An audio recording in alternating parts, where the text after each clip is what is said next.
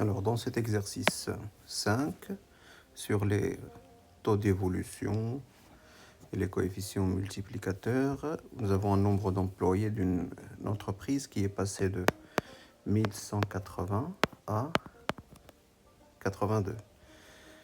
Quel est le pourcentage de l'évolution? Donc, on veut le taux d'évolution, la variation relative, c'est la valeur finale moins la valeur initiale sur la valeur initiale. Ça fait, la valeur finale, c'est 82, moins la valeur initiale, 1180, divisé par la valeur initiale, 1180.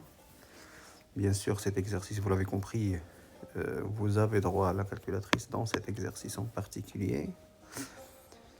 Donc là, si on fait 82 moins 1180, ça fait moins 1098. Et après, si on divise par 1180, ça nous donne à peu près moins 0,9305. En pourcentage, ça fait, en multipliant par 100 et en écrivant le signe %, décalant la virgule de 2 rangs vers la droite, ça nous donne moins 93,05%. Et donc, on écrit la phrase réponse, le pourcentage de l'évolution est de moins 93,05%. En général, si on ne précise pas à quelle approximation on doit écrire le résultat,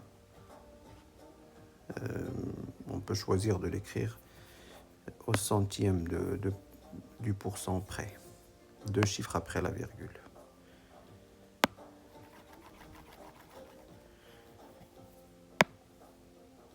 Alors, on a ici, dans l'exercice 2, 582 foyers sur 1350 qui sont équipés d'un accès Internet. Quel est le pourcentage des foyers équipés? La proportion, c'est quoi? C'est, souvenez-vous, c'est NA sur NE, si vous préférez. C'est-à-dire l'effectif de la partie sur l'effectif total. Donc 582 sur 1350. 582 divisé par 1350, ça fait à peu près 0,4311, ce qui donne 43,11% des foyers du village qui sont équipés d'un accès Internet. Vous avez une action qui valait 178 et qui baisse de 20%, puis qui augmente de 30%. Quelle est la nouvelle valeur?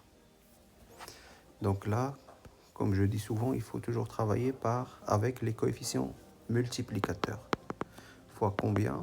Fois combien? Quel est le coefficient multiplicateur qui correspond à une baisse de 20%? C'est 1 moins 20 sur 100. Ça veut dire 1 moins 0,2, ça veut dire 0,8. Première chose. Quel est le coefficient directeur qui correspond à une hausse de 30%? C'est 1 plus 0,3, donc c'est 1,3. Voilà. Et donc, la nouvelle valeur de l'action, le calcul à faire, c'est 178 multiplié par 0,8 multiplié par 1,3. Et donc, ça nous donne, il faut écrire la phrase, la nouvelle valeur de l'action est, évidemment, il faut écrire le calcul, 178 fois 0,8 fois 1,3, et ça fait 185,12 €. Ensuite,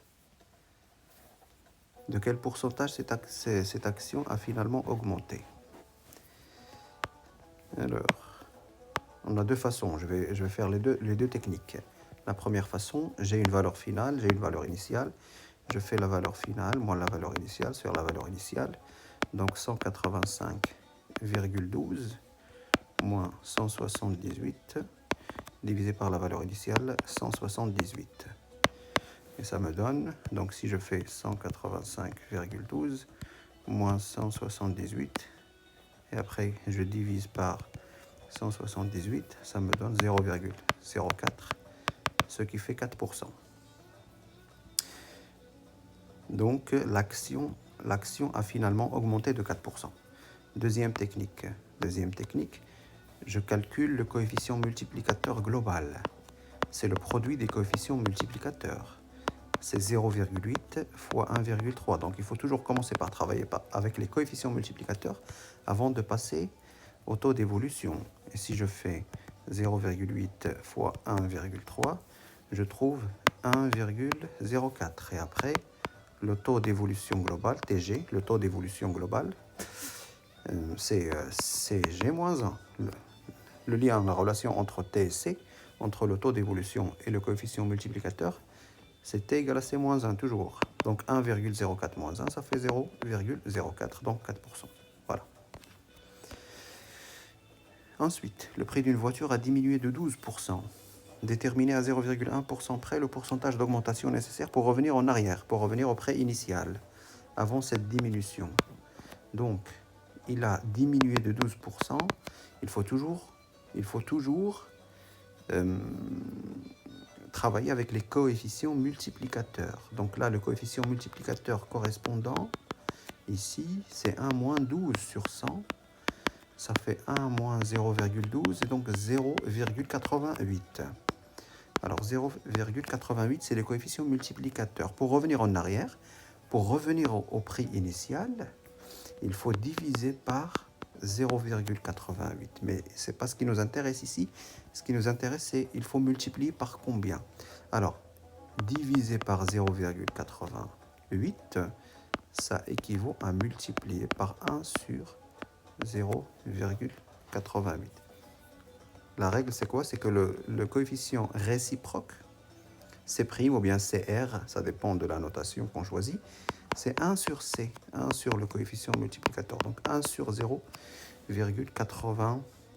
1 divisé par 0,88, ça fait à peu près 1,136. On va choisir 3 chiffres significatifs parce qu'on nous demande une précision à 0,1% près.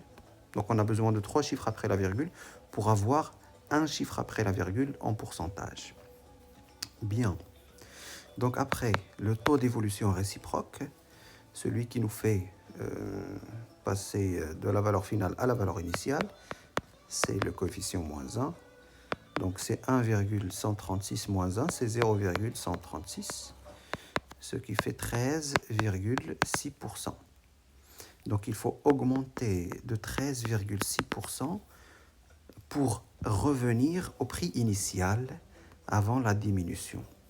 Divisé par 0,88 revient à multiplier par 1,136.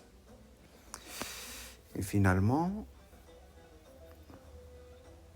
un flan est composé exclusivement de légumes et d'œufs. Il contient 58% de légumes, dont 35% sont des courgettes. Quel est le pourcentage de courgettes? Voilà, donc c'est une proportion d'une proportion. P égale à P1 fois P2. Donc la première proportion, c'est 58 sur 100, donc 0,58, qu'il faut multiplier par 35% qui fait 0,35. Et donc ça nous donne 0,58 fois 0,35. Et ça fait 0,203. On nous demande le pourcentage, donc on écrit sous forme de pourcentage en multipliant par 100 et en écrivant le signe du pourcentage. Parce que multiplier par 100 et écrire le signe de pourcentage, ça revient à faire x1, parce que fois 100%, fois 100 sur 100, fois 1. Donc voilà, ça nous donne le 0,203. 20,3%, c'est le pourcentage de courgettes dans le flan.